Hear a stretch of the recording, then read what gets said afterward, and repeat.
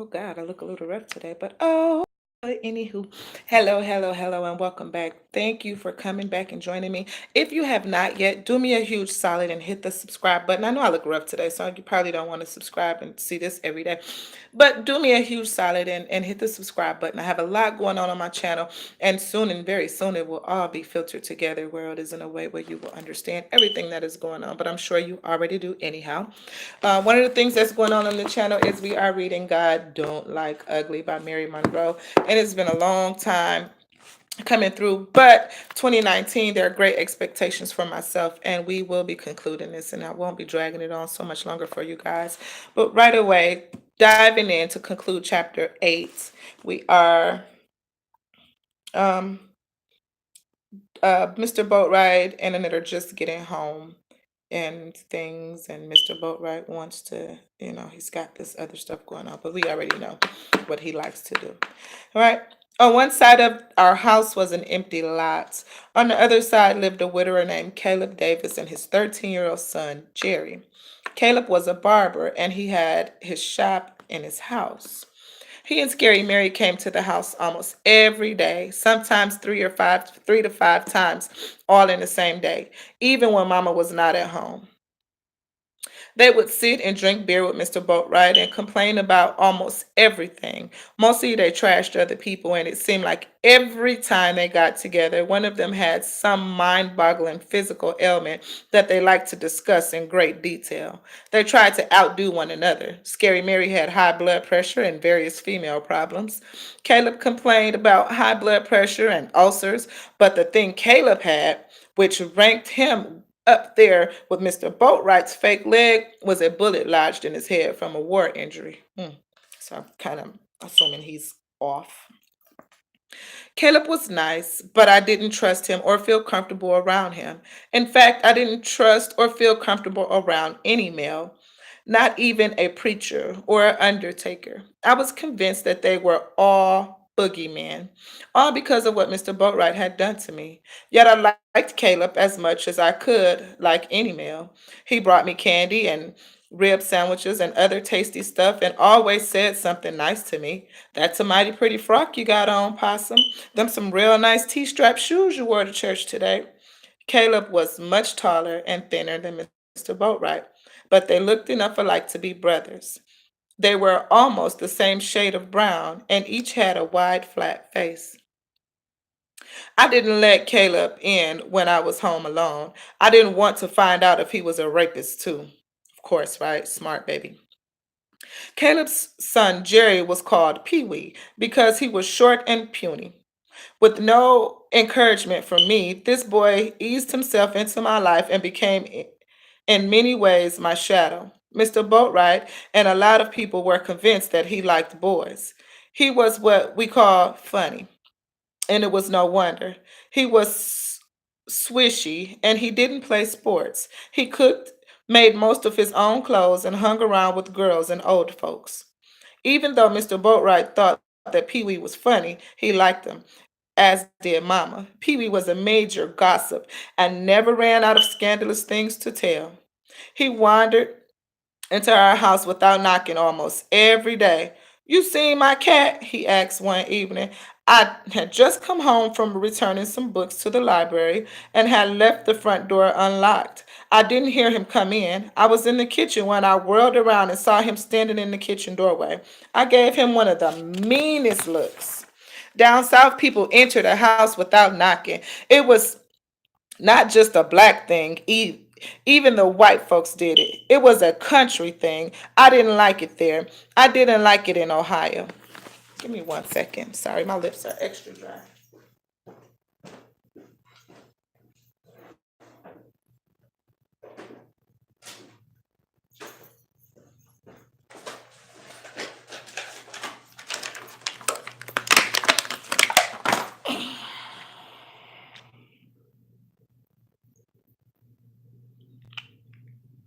She didn't like it in Ohio. I remember back in high school, my very best friend, I don't like that, it's white, look ashy, moved to Cincinnati. All right.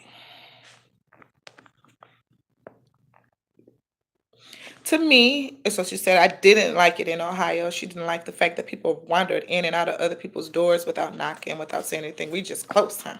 Hey, how you doing? Whatever. So it was a country thing. I didn't like it there, and I didn't like it in Ohio. To me, it was the height of arrogance. What if I had been naked? You look here, boy. From now on, you knock before you come in this house. You don't live here. Funny or not, and even though we had a vague relationship, he was a male, and I didn't trust him. Girl, what's wrong with you? He exclaimed. He snatched open our refrigerator and drank from the carton of milk. Pee Wee was not bad looking for a boy. He was medium brown with more than a few zits on his square face screaming to be popped. His eyes were too small and too close together, but his pleasant smile made up for it. Like so many black boys in the early 60s, he wore his hair cut close to his head. One reason I tolerated him was that he baked cookies for me. And you know she's a big girl that loves to eat. You can't just walk in this house without knocking. Burglars do that, I told him. He gave me an incredulous look. Then he let out a snort, sharp laugh, short snort.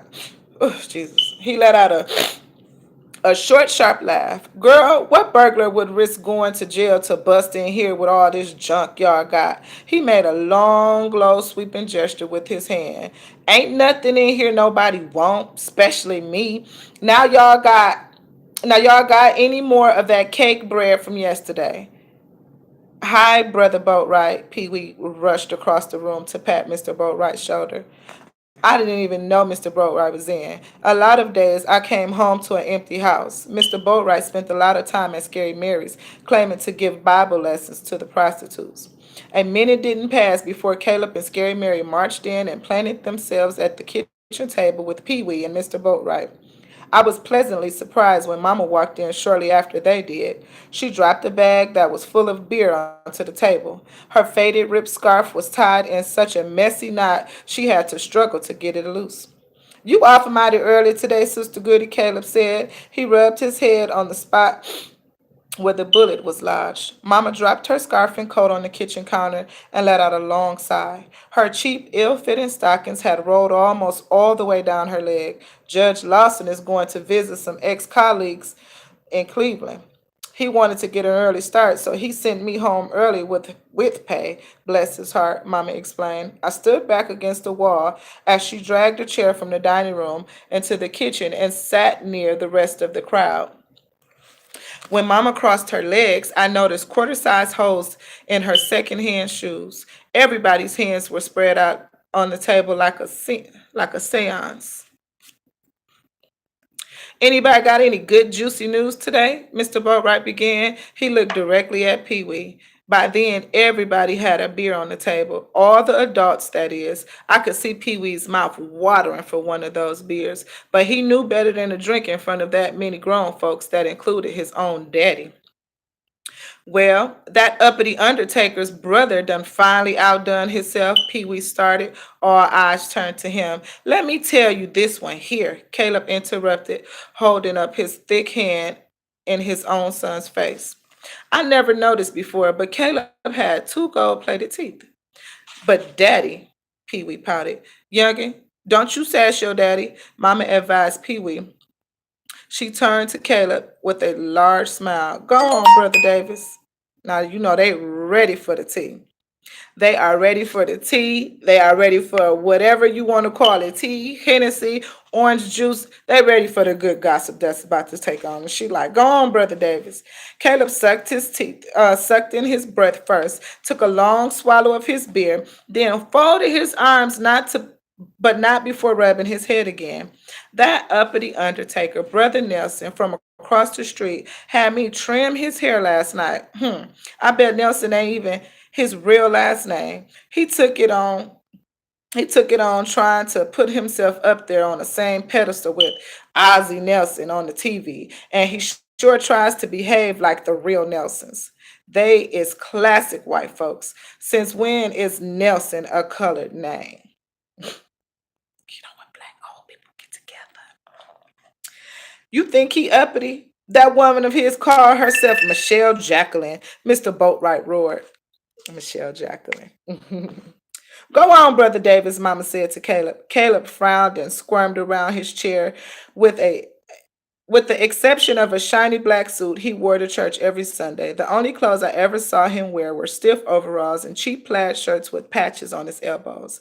I know he conks his hair like all the rest of us, but he won't admit it. All them naps along the side of his head, the side of his neck. Caleb paused just long enough to take another long swallow from his beer. Then he rolled up his sleeves.